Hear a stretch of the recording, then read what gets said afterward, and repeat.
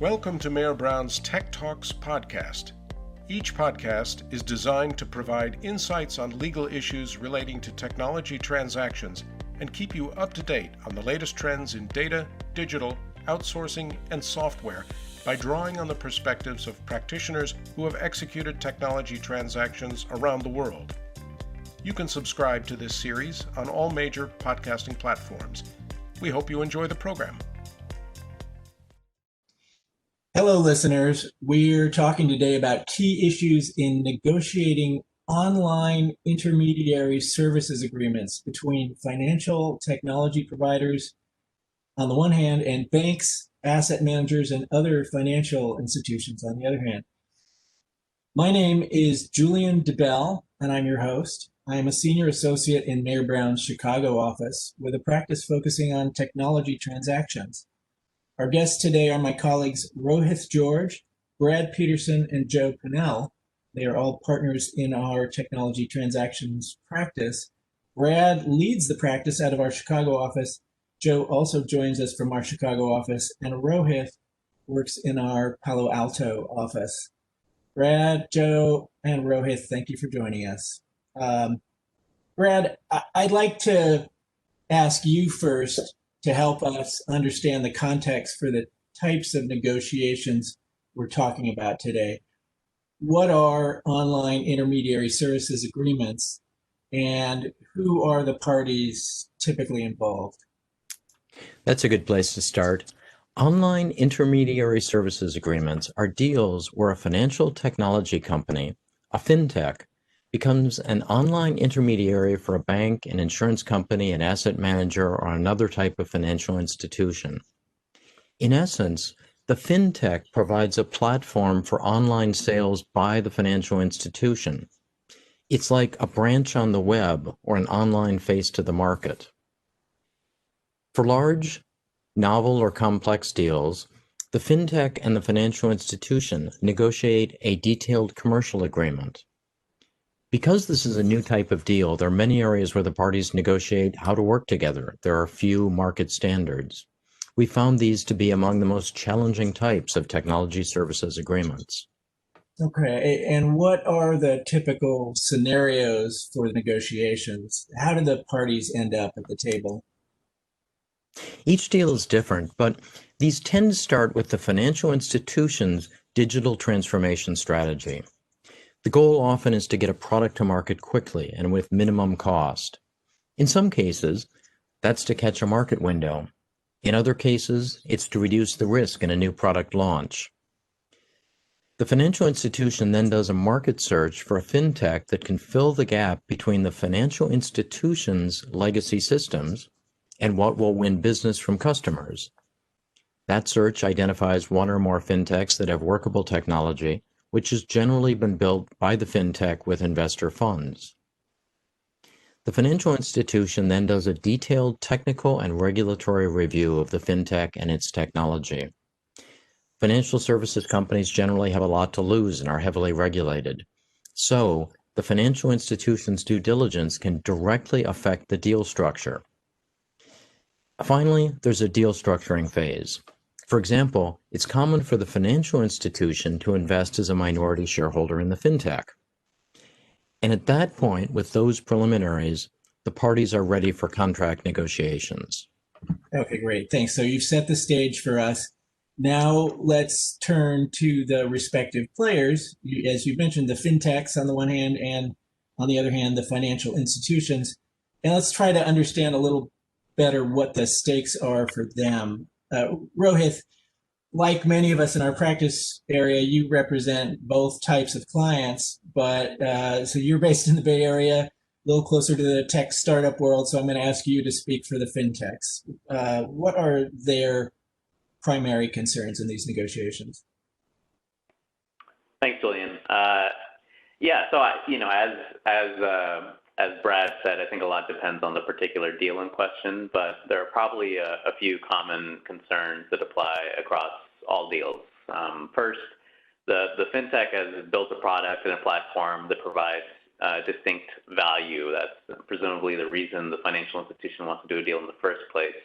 The fintech then wants to turn that that product, that platform into a business. It wants to monetize the technology that it has developed. And that usually means that it needs to think about, not just this one deal with the one financial institution, but also how it can build this into a business that can scale. So from the fintech perspective, it's important at all times to consider not just how what's negotiated in this deal affects its obligations under this contract, but also how it may tie its hands or burden it in the future as it tries to scale and grow its business. And I think we'll probably get into that a bit more later.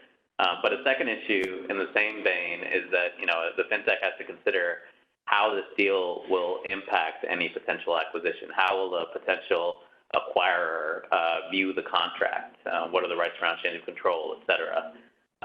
Third, because a fintech is often reliant on another company for underlying structure, infrastructure, AWS comes to mind as an example of where many fintechs are hosting their products. So because the fintech is reliant on these third parties to provide this critical infrastructure, it needs to make sure to account for that in the contract. It can't commit to something in the contract with the financial institution that it can't back up through its contract with its critical infrastructure provider. For example, commitments on where data is going to be hosted need to be consistent all the way through. And then finally, ultimately, the fintech is always concerned about its intellectual property. The people and the intellectual property are often the most valuable assets for any fintech. They're what gives the fintech its competitive advantage. How does the contract, how does the relationship protect those two assets? That's one of the most important concerns for any fintech in these deals. Okay. So Joe, now tell us about the financial institutions. What are their primary concerns going in? Thanks, Julian. So there are obviously a lot of moving parts in these deals, but a few key concerns come to mind. First, it's really important to document actual contract commitments for the fintech to deliver what was promised in a sales pitch or other high-level executive-level conversations that kicked off the relationship. And second, FIs are really concerned about their customer relationships. They're very focused on preserving and strengthening customer relationships, and they don't want to lose control over the customer experience, even though in many ways they're outsourcing parts of the customer experience to the fintech through its platform. Third, FIs are concerned about regulatory compliance. They want the benefit of these fintech platforms, but they can't compromise on compliance no matter how slick the solution is. And last but not least, they're concerned about the ability to exit. So nobody wants to go into these deals with a negative attitude, but these fintechs are performing regulated customer-facing functions, and a lot can go wrong. So the financial institution is going to want the flexibility to terminate for reputational, regulatory, performance, and financial concerns with the fintech. And these exit rights go hand in hand with rights to retrieve data and transition to an in-house or third-party solution, because when you're dealing with a customer-facing platform, there can't be a disruptive exit when the relationship either naturally expires or upon termination. All right, thanks, Joe. So Brad, we've just heard the competing concerns of both parties. How are they going to play out in the negotiations? What are some of the key issues going to be? Well, Julian, the key issues in online intermediary services negotiations are often the traditional issues in commercial transactions, like scope, compliance, pricing, risk allocation, and exit. Also, platforms are cloud services. So you see the key issues for cloud services deals, such as service levels, data privacy, and security. We're not going to focus on those today. Today's focus will just be on a limited group of key issues that are in some ways unique and exemplary of the negotiations in online intermediary platform services agreements. So to frame this, I'll propose that we talk about 3 examples of hot issues in these negotiations. First, to what degree will the fintech agree to change its platform at the FI's request? Second, what rights will each party have to make secondary uses of the data flowing through the platform? And third, what rights will the financial services company have regarding the platform's decisioning algorithm? All right, why don't we take those issue by issue, starting with the first one. You mentioned the degree to which the fintech is going to agree to change its platform at the FI's request. So Brad, just elaborate a little bit on that and tease out the context behind that one. And then let's hear from Rohith and Joe on how each party is going to approach the issue. Okay, so when the deal is signed, the contract includes detailed specifications for what the service will do, including generally acceptance criteria that must be met before a go live. But over the term, there will be changes in laws, in markets, in products, and in the technology available to competitors. So if the financial institution were running this deal internally, it would change the code. It would modify how the service performs. The fintech, as Rohith has mentioned, is building a one-to-many technology. So the question is whether the fintech is obligated to make the changes that the financial institution might make internally. Rohith, what's the challenge there for the fintech? Thanks, Brad. So it really depends on how customized the platform is going to be for the financial institution. So let's say, for example, this is a big deal for the fintech. This is their first big financial institution client. The deal is going to be accompanied by a major investment from the FI. The FI wants a white label product that looks and feels, exactly the way it wants, and it's willing to pay for a pool of developers that's going to further customize the platform over the life of the contract. In that kind of scenario, the fintech may be willing to agree to be pretty flexible regarding what level of change and what level of customization can be accommodated.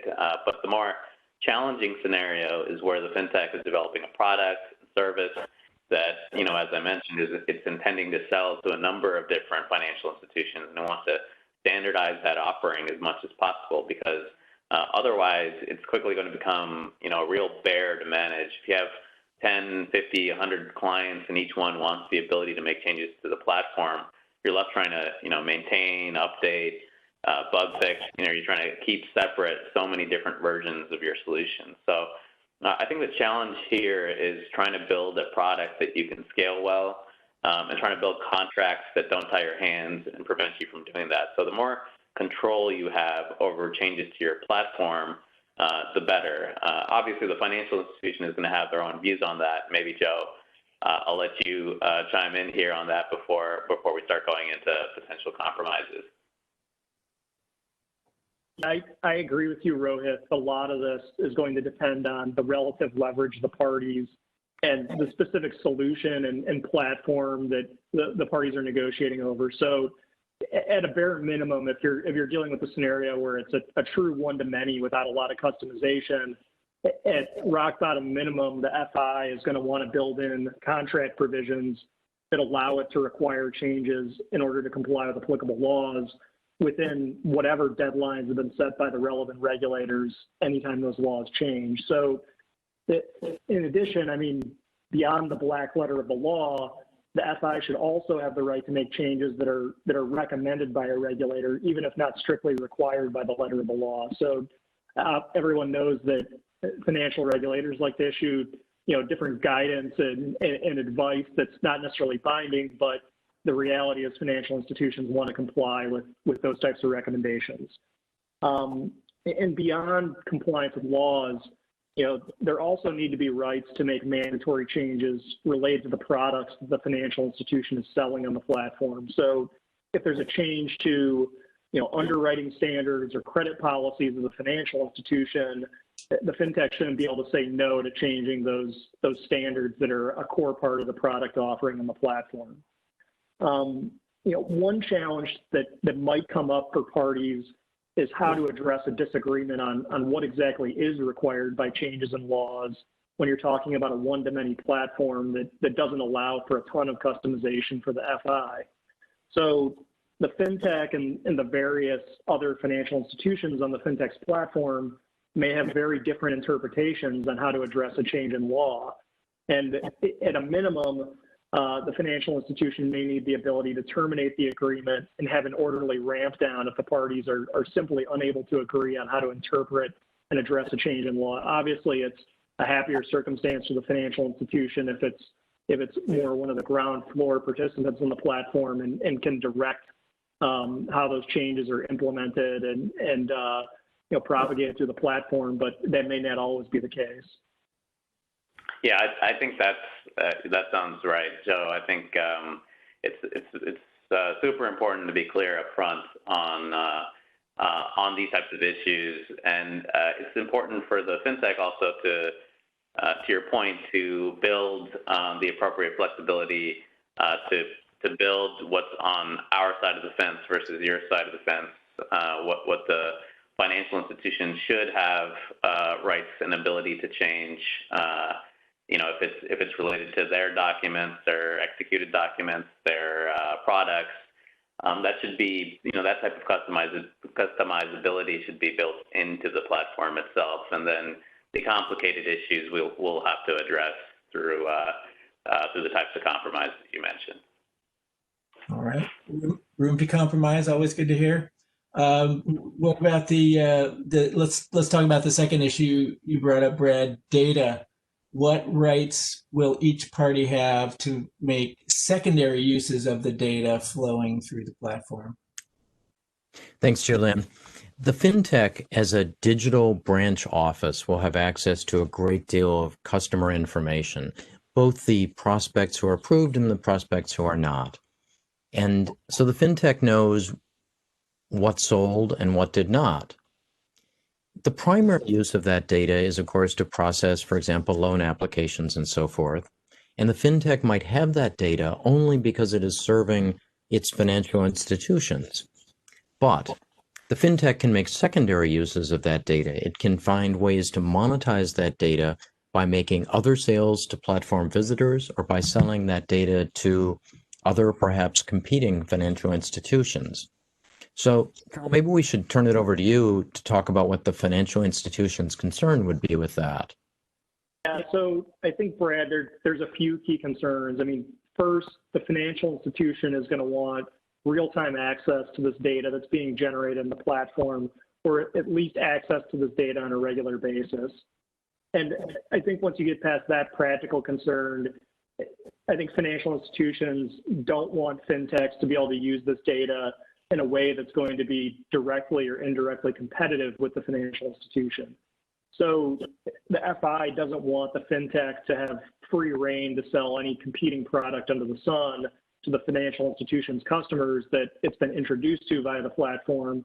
And it probably is not excited about the fintech having the right to sell insights derived from that financial institution's specific data to the FI's competitors. So obviously there's a spectrum of deal types here, but in a perfect world with sufficient leverage, the financial institution wants to set up the contract so the fintech is only allowed to use the data narrowly to perform the services described in the contract on behalf of that specific financial institution.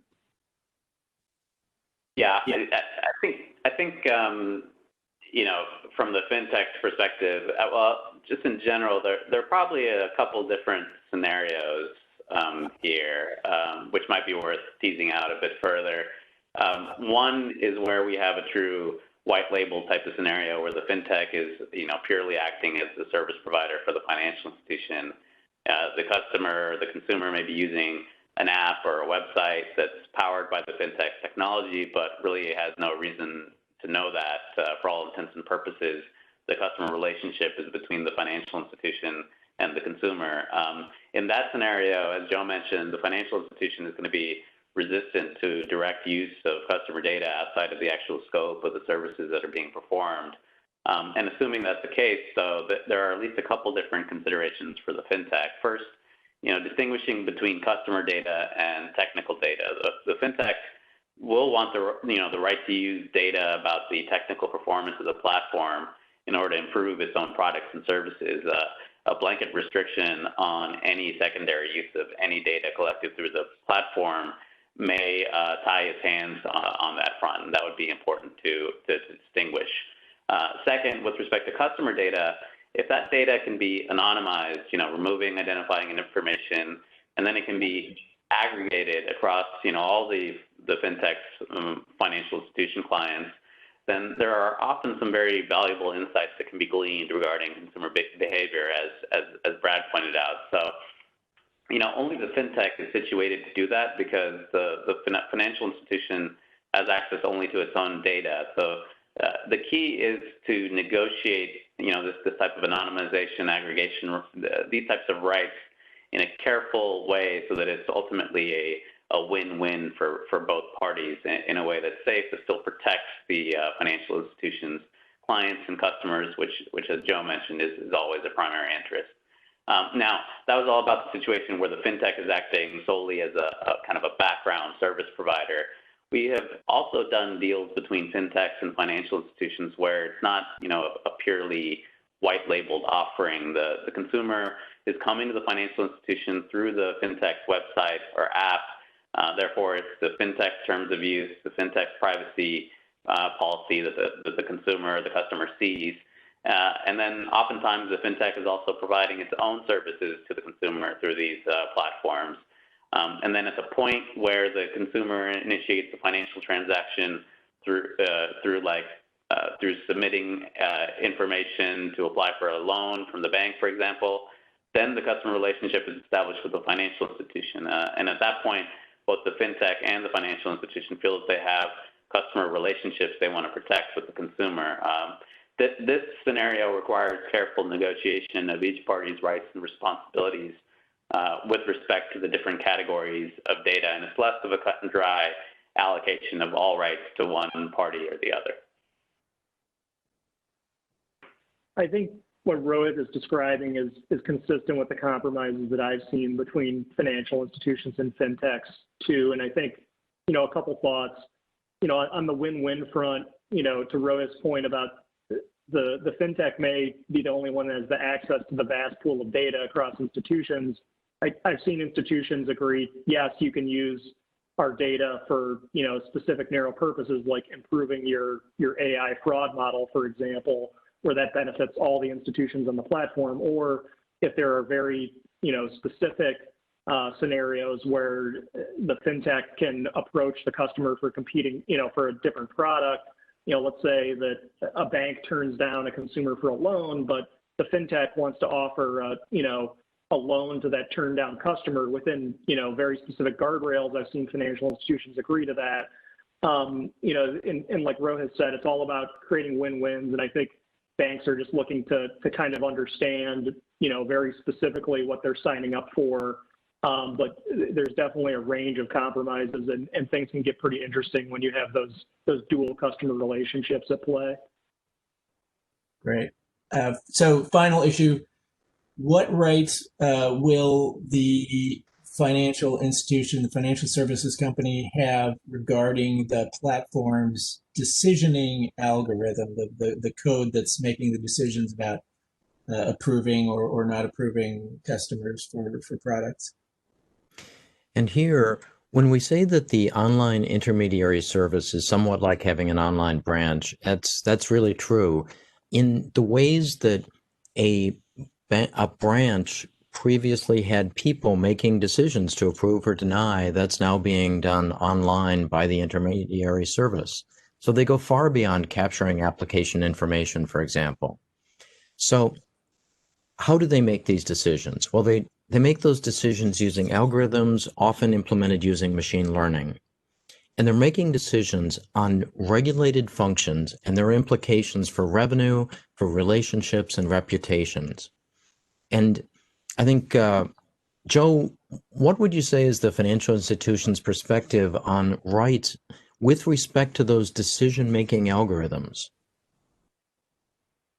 I think, first of all, and you touched on this a little bit, Brad, but the financial institution is obviously going to be just as responsible for decisions that are made by the platform and its algorithms or software as it would be for decisions made by its own employees sitting in a branch or some other office. And in a banking or insurance platform context, the platform shouldn't be making decisions in a discriminatory way, for example. And that's one end of the spectrum. Is it unfairly denying a product or service to a consumer? The other end of the spectrum is the platform needs to be accurately executing against the financial institution's policies. So the FI could lose substantial revenue if the platform is extending credit or coverage to individuals when it shouldn't be doing that according to credit policies and other corporate rules and guidelines.